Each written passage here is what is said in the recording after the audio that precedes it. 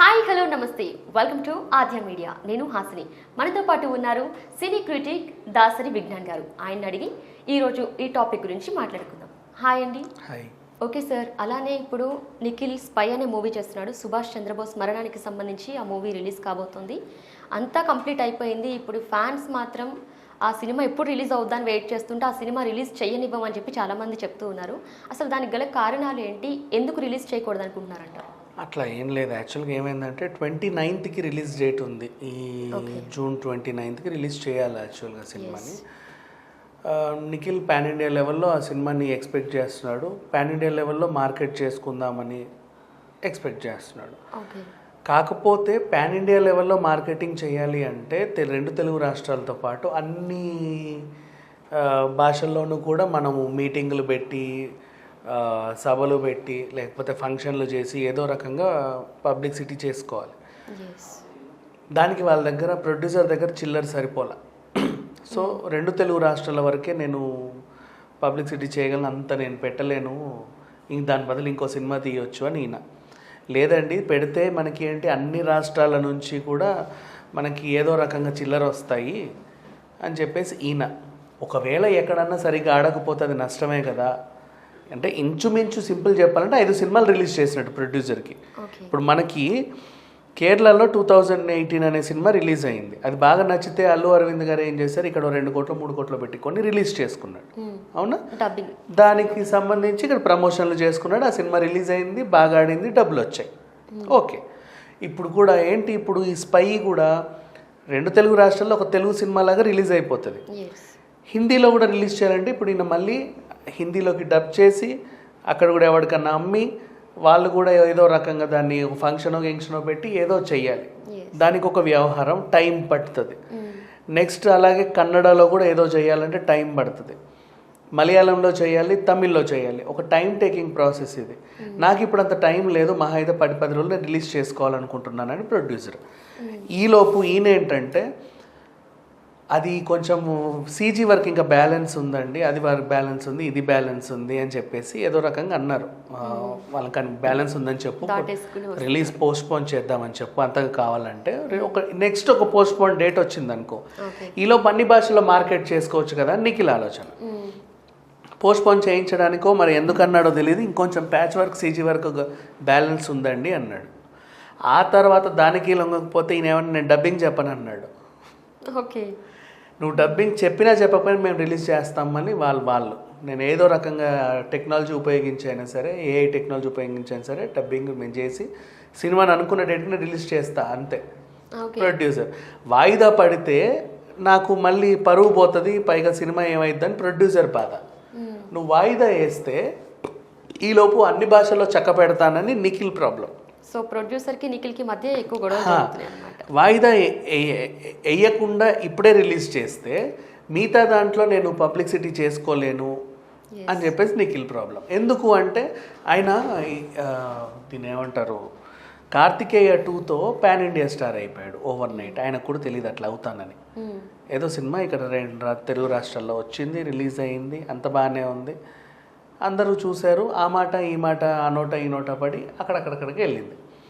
అనుకోకుండా వీళ్ళు ఒక పాన్ ఇండియా డిస్ట్రిబ్యూషన్ సంస్థ దీన్ని తీసుకెళ్ళి 2 ప్రింట్లు అట్లా పట్టుకెళ్ళి అలా పడేసింది ముంబైలో. కోకొల్లలు జనాలు గుంపులు తండాలుగా వచ్చేసారు.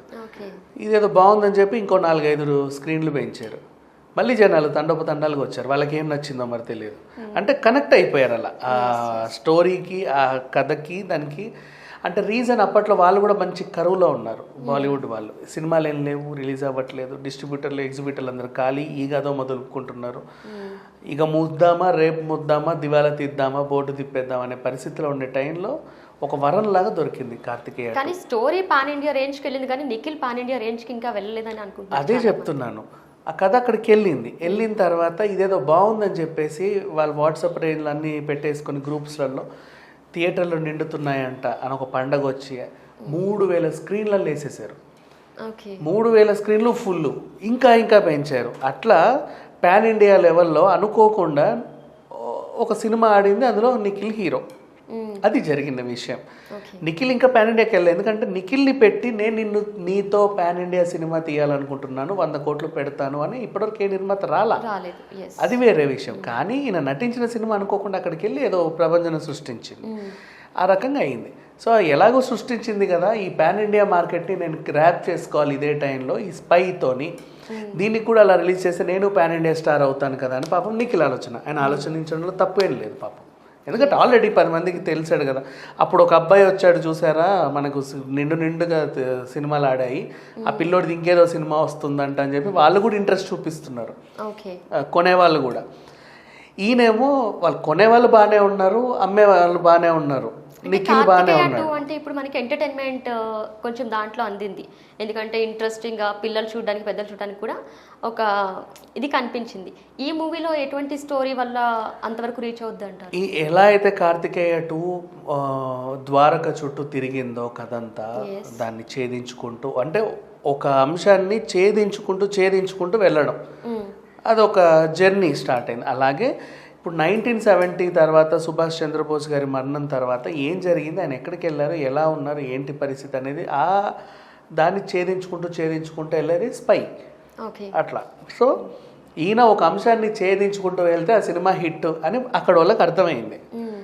మళ్ళీ ఏదో పట్టుకొచ్చాడు పిల్లోడిది, ఏడడానికి వీళ్ళందరూ రెడీగా ఉన్నారు.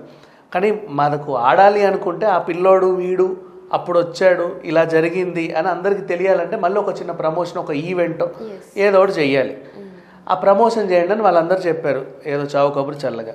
నిర్మాతకు చెప్పి అక్కడికి వెళ్ళి ఒక పెద్ద బాహుబలి సెట్ వేసి పెద్ద ఫంక్షన్ చేద్దామా అండి అన్నాడు. నా దగ్గర చిల్లరలేవు బాబు, ఇప్పుడు అంత టైము లేదు, నేను ఈ సినిమాని అమ్ముకునే క్రమంలో ఉన్నాను బాబు, అక్కడ కొనేయడానికి కూడా సిద్ధంగా ఉన్నారు, ఎందుకు ఇలా చేయవు, నాకు అంత బడ్జెట్లు సరిపోవట్లేదు, నన్ను వదిలేసి 2 తెలుగు రాష్ట్రాల వరకు అయితే నేను ఏదో చేయగలను, బట్ అక్కడికి వెళ్ళి మళ్ళీ అక్కడ పోస్టర్లు వేయాలి, మళ్ళీ అక్కడ హోర్డింగ్లు వేయాలి, మళ్ళీ అక్కడ ప్రమోషన్లు చేయాలి, మళ్ళీ ఇక్కడ ఏదో చేయాలి, అక్కడ ఏదో చేయాలి, ఇంత టైంలో నేను 29th రిలీజ్ అనుకున్నా. సరే 29th కాస్త నెక్స్ట్ మంత్ 29కి వేసుకో, లేదా ఇంకో 15 రోజులు వేసుకో, ఈలోపు మనం ఈ టూర్ అంతా తిరిగేసి అన్నింటిలో ఫంక్షన్లు చేసుకోవచ్చు కదా బాబు, అంత షార్ట్ పీరియడ్ నాకు డబ్బులు లేవు, నన్ను వదిలే. సో ఇప్పుడు ఇంతకీ 29కి మూవీ రిలీజ్ ఉందంటారా లేదంటారా? 29కే రిలీజ్ చేస్తానేనని ఆయన, నువ్వు అట్లా చేసి నేను డబ్బింగ్ చెప్పపో అని ఈయన, ఇట్లా గొడవ కుదరదని చెప్పేసి వాళ్ళని అడుగుతున్నాడు. ఇంకేదో చిన్న ప్యాచ్ వర్క్లు బ్యాలెన్స్ ఉన్నాయని చెప్పు, అవ్వదని చెప్పు, టైం తీసుకో అని చెప్పు. వీళ్ళు కూడా అలాగే, అంటే ప్రొడ్యూసర్ని కన్విన్స్ చేయడానికి అన్ని రకాలుగా ట్రై చేస్తున్నారు, బట్ ఆయనకి సపోర్ట్గా నిలవాలంటే ఆయన దగ్గర చిల్లర లేవు, మరి ఆయన మాత్రం ఏం చేస్తాడు, అది ఆయన తప్పు కూడా కాదు. బట్ ఇంతే, ఇప్పుడు మన RRR కూడా ఇదే జరిగింది. వీళ్ళు యూఎస్కి వెళ్ళేసి రిలీజ్ చేసి ఏదో హంగామా చేద్దాం, ఆస్కార్కి వెళ్దాం అని అన్నారు. దానికి ఒక 72-80 కోట్లు ఖర్చు అయింది.